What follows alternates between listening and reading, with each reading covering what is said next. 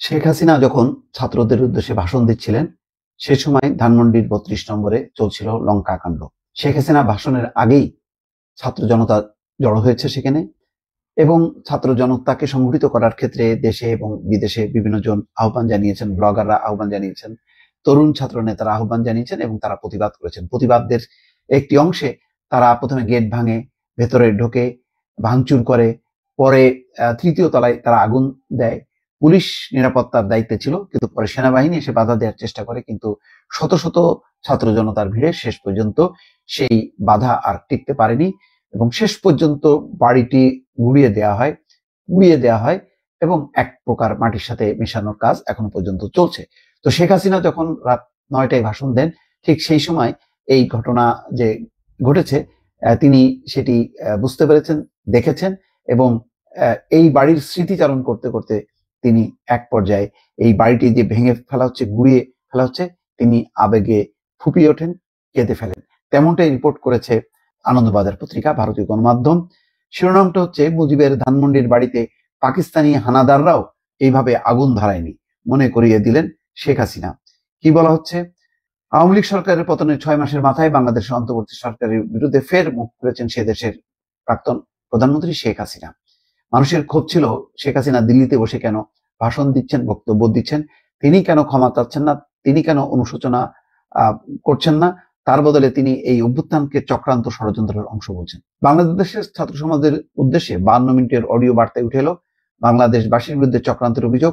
আওয়ামী লীগের সমাজ মাধ্যমের পাতায় যখন হাসিনার এই অডিও বার্তা সরাসরি সম্প্রচারিত হচ্ছিল, তখন ৩২ নম্বর ধানমন্ডির বাড়িতে তাণ্ডব চালাচ্ছেন হাসিনা বিরোধীরা। শেখ মুজিবুর রহমানের স্মৃতিবিজড়িত বাড়িতে ভাঙচুর করা হয়েছে বলে অভিযোগ, এবং প্রথম আলো সহ বিভিন্ন গণমাধ্যম পুরো বিষয়টি দেখাচ্ছিল। তো ভাষণ দিতে দিতেই শেখ হাসিনার নজরে পড়ে এই দৃশ্যটি।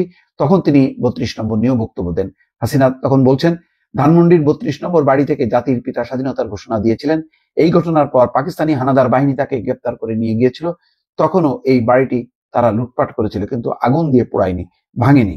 ধানমন্ডির স্মৃতিচারণ করে হাসিনা জানান, শেখ মুজিব কখনো সে দেশের রাষ্ট্রপতি ভবনে বা প্রধানমন্ত্রীর বাসভবনে থাকেননি, এই ছোট বাড়িতেই ছিলেন তিনি। আওয়ামী লীগ নেত্রী বলেন, আমার মা অনেক কষ্ট করে এই বাড়ির প্রতিটি ইট নিজের হাতে গেঁথেছিলেন। অর্থাৎ বলছেন যে তার বাবা শেখ মুজিব রাষ্ট্রপতি ভবনে অর্থাৎ বঙ্গভবনে থাকেননি বা রাষ্ট্রীয় কোনো অতিথি ভবনে থাকেননি, তিনি ৩২ নম্বরের এই ছোট বাড়িতেই ছিলেন। তার মা অনেক কষ্ট করে এই বাড়িটি করেছেন এবং নিজে হাতে প্রতিটা ইট গেঁথেছেন, এই কথা তিনি বলছেন। তার অভিযোগ, বর্তমান বাংলাদেশের ইতিহাসকে মুছে ফেলার চেষ্টা চলছে, তবে এই অভিপ্রায় সফল হবে না বলে তিনি জানান। হাসিনার মতে, যারা এসব করার চেষ্টা করছেন তারা নিজেদের দুর্বলতা ও হীনমন্যতা প্রকাশ করেছেন। হাসিনা স্মরণ করেন, ৩২ নম্বর ধানমন্ডির বাড়ি পরবর্তী সময় মুজিবের পরিবার ব্যক্তিগতভাবে ব্যবহার করেনি, সেটি একটি সংগ্রহশালা করে দেওয়া হয়েছে। তিনি বলেন, অনেক রাষ্ট্রপ্রধান, সরকার প্রধান, বিশ্বের বড় বড় নেতারা এই বাড়িতে এসেছেন। আজ এই বাড়িটি ভেঙে ফেলা হচ্ছে কেন? বাড়িটির কি অপরাধ? এই বাড়িটিকে কেন এত ভয়? আচ্ছা, তিনি যখন এই কথা বলছেন, একবারও কি তার মনে হয় যে বেগম খালেদা জিয়ার যে বাড়িতে ছিলেন ক্যান্টনমেন্টে, সেই বাড়িটি গুড়িয়ে দেওয়া হয়েছিল? গুড়িয়ে দিয়ে সেখানে সেনাবাহিনীর অফিসারদের থাকার জন্য সেখানে কয়েকটি বহুতল ভবন করেছিলেন। কিভাবে তাকে বের করা হয়েছিল একবারও কি মনে করেছেন? অর্থাৎ কি বলে, ঢিল মারলে পাটকেল খেতে হয়, আর অন্যের জন্য গর্ত খুললে নিজেকেই সেই গর্তে পড়তে হয়। তো সেরকমই ঘটনা কি আজকে ঘটলো না? আওয়ামী লীগ নেত্রীর দাবি, বাংলাদেশের সাধারণ মানুষের বিচার করবেন, অর্থাৎ এই যে বাড়ি ভাঙচুর করা হয়েছে বিচার করবেন। তিনি বলেন, আমরা দুই বোন যে স্মৃতিটুকু নিয়ে বেঁচেছিলাম, আর সেই স্মৃতিটুকু ভেঙে ফেলা হচ্ছে। এর আগে আগুন দিয়ে পুড়িয়েছে, আজ ভেঙে ফেলা হচ্ছে। কথাগুলো বলতে বলতে হাসিনার গলা শুনে মনে হলো ঈষৎ ফুপিয়ে উঠলেন তিনি, অর্থাৎ তিনি আবেগ আপ্লুত হলেন এবং ফুপিয়ে কেঁদে উঠলেন। তেমনি একটি কণ্ঠ তারা পেয়েছে, অর্থাৎ আনন্দবাজার পত্রিকার রিপোর্টে চলে এসেছে। তো আবারও বলি যে শেখ হাসিনাও কিন্তু ঠিক একই, তার প্রতিদ্বন্দ্বী যাকে তিনি মনে করতেন বেগম খালেদা জিয়ার বাড়িটা অত্যন্ত স্মৃতি বিজড়িত শহীদ প্রেসিডেন্ট জিয়াউর রহমানের, সেই বাড়িও কিন্তু এইভাবে গুড়িয়ে দেওয়া হয়েছিল এবং তারপরে মাল্টি স্টোরি বিল্ডিং করা হয়েছিল।